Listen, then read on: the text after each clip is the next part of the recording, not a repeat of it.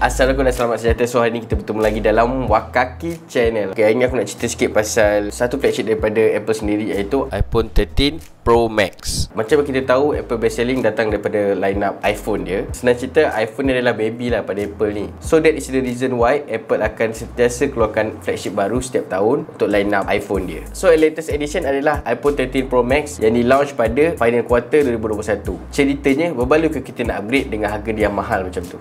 Jom kita kupas sama-sama. So sekarang aku nak share basic detail berkenaan iPhone 13 Pro Max ni. Tersasul-sasul jugalah. So from now on aku akan panggil dia 13 Pro Max atau 13 Pro. Kalau aku tersebut 13 Pro, itu maknanya adalah 13 Pro Max. Harga yang diperkenalkan di Malaysia ni bermula daripada RM5,299 up to RM7,599, bergantung pada varian internal memory yang kita pilih. As per today, ada 5 varian color yang diperkenalkan oleh Apple, iaitu Alpine Green, Silver, Gold, Graphite dan Sierra Blue. Personally aku suka Alpine Green dengan Sierra Blue. Dua-dua tu nampak eksklusif untuk line up 13 Pro Max setakat ni. Masih lagi dalam general info, untuk chipset pula dia didatangkan dengan A15 Bionic Hexa-core processor dipadankan dengan 5-core GPU yang semuanya di R&D dan di manufacture oleh Apple sendiri. Kombinasi CPU dan GPU ni ternyata sangatlah hebat. Real life test daripada beberapa teknologi punya website menyaksikan Apple 13 Pro Max ni mendominasi carta performance handphone paling power setakat 2022 ni, thanks to CPU dan GPU yang kita sebutkan tadi. Okey, hardware dalaman dah tentu power. Macam mana dengan luaran ni pula? Dari luaran, frame iPhone 13 Pro Max ni dia menggunakan pendekatan yang sama dengan iPhone 5, iaitu stainless steel flat side frame. Tak dinafikan design macam ni memang nampak eksklusif, memang nampak moden. Akan tetapi aku sendiri tak berapa suka, sebab aku suka pegang phone dalam masa yang lama, tengok YouTube, main game. So sharp edge tu kadang-kadang boleh melengurkan jari aku dengan cepat. Untuk belakang body pula, dia masih gunakan Gorilla Glass. Tak ada banyak beza pun dengan last generation. Selain daripada itu, frame bahagian kamera pun tak nampak ada perubahan yang ketara. Aku dikabarkan ada sedikit perubahan, tapi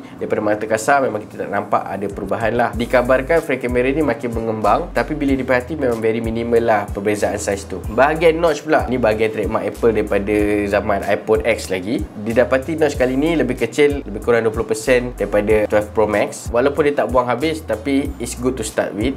Kita boleh expect lah, memang Apple mungkin dalam 2-3 tahun lagi akan totally eliminate notch ni. Cerita pasal notch, mestilah semua terfikir pasal Face ID, tak? Thanks to Apple yang mendatangkan update 15.4 untuk iOS, iPhone 13 Pro kini boleh unlock Face ID walaupun kita tengah pakai mask. Pada aku, features ni memang very big sell point, tapi dia bukan dekat 13 Pro Max je, 12 Pro Max pun ada.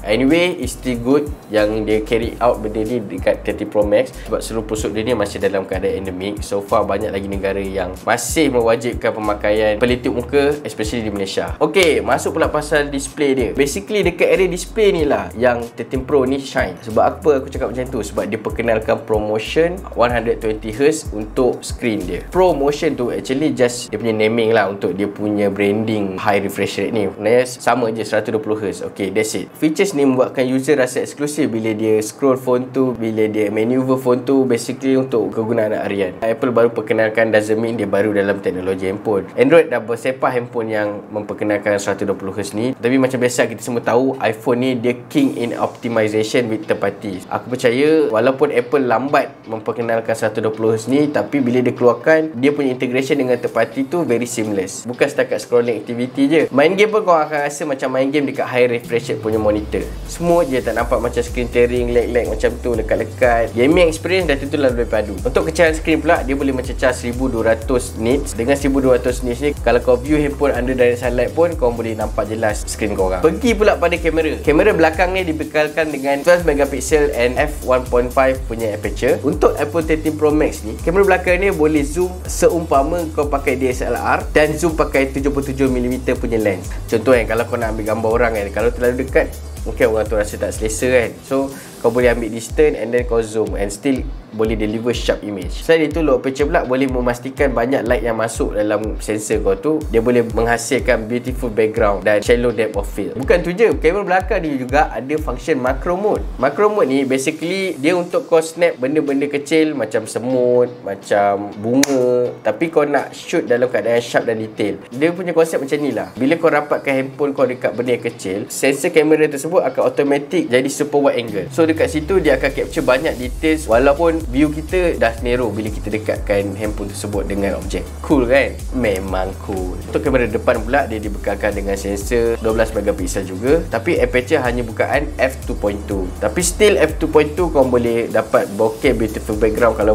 korang shoot portrait. So tak perlu risau nak selfie dengan kamera 13 Pro Max ni. Kedua-dua kamera pula support 4K 60 fps. Untuk 1080p, kamera belakang boleh shoot sampai 240 fps, manakala kamera depan hanya boleh shoot sampai 120 fps. Ini penting untuk kau do slow motion lah. Pada aku 240 fps dah sangat-sangat bagus, dah memang standard macam full frame kamera yang mahal-mahal macam tu, atas 10,000 punya kamera. So thank you Apple. Kamera ni basically boleh jadi pocket B-roll untuk video-videographer di luar sana. Okay, ada satu lagi benda yang Apple offer untuk user 13 Pro Max ni, iaitu ProRes. Untuk 128GB kau cuma dapat ProRes pada 1080p resolution sahaja, manakala untuk varian 256GB ke atas kau boleh shoot 4K punya ProRes. Basically bila kau shoot dalam ProRes ni, kau punya file tu takkan compress dengan banyak, dan bila kau hantar file tu dekat post production, ada very big dynamic range untuk kita buat editing. Okay, habis dah cerita pasal kamera tadi. Sekarang kita pergi pada part last, iaitu bateri. Dekat bahagian bateri pun Apple sebenarnya dah membuat penambahan yang sangat banyak, daripada 3687 mAh kepada 4352 mAh between iPhone 12 Pro Max ke iPhone 13 Pro Max. Untuk maklumat korang, iPhone 13 Pro Max ni boleh tahan selama 12 jam kalau korang buat untuk penggunaan biasa, iaitu 25 jam lebih daripada predecessor dia, iaitu 12 Pro Max. Terima kasih pada saiz bateri yang lebih besar dan juga A15 Bionic chip yang lebih efisien.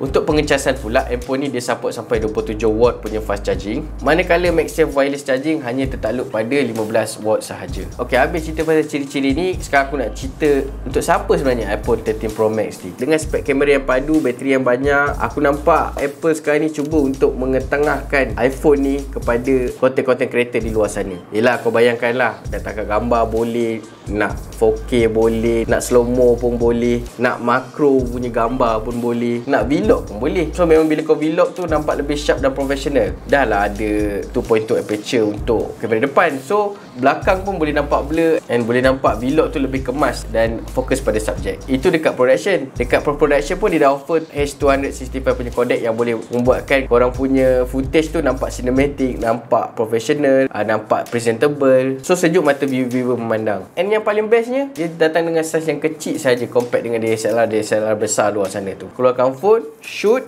simpan balik. Kalau kau tanya aku lah kan, untuk vlogging kan, aku segan nak bawa DSLR besar-besar macam tu kan, nampak pelik. Okay, sekarang sampai part apa yang aku tak suka, ataupun senang cerita apa yang Apple boleh perbaiki lah. Ataupun sebenarnya pada aku, bukan Apple tak tahu benda ni, dia tahu, tapi mungkin kalau dia dah buat terlalu baik pada 13 Pro Max ni, susah untuk 14 Pro Max nak beat dia in term of sales kalau dia dah terlalu padu. Okay, first apa yang aku tak suka, dah tentulah dia punya harga. Untuk equipment yang berharga 5,000 ke atas yang akan function sebagai liability dengan harganya akan turun saban tahun, pada aku tak berbaloi, kecuali kau boleh buat duit dengan handphone tu. Untuk casual user, aku tak sarankan ambil Pro Max ni. Untuk 120Hz punya handphone, banyak lagi phone Android sana yang bawah 2,000 yang boleh bagi kau display 120Hz ni. Kalau nak guna untuk gaming, baik pergi kat handphone yang kau nak lenjan kan. Sayang lah nak pakai handphone yang eksklusif macam ni untuk kau gaming, betul tak? Last but not least, apa yang aku tak suka adalah fast charging dia yang hanya support 27W sahaja. Sekarang ni maksimum fast charging aku rasa dah lebih 100W dah pun yang certain Android punya handphone perkenalkan. Samsung S22 Ultra, pencabar utama iPhone ni pun dah bagi 45W punya fast charging. So kenapa iPhone dengan harga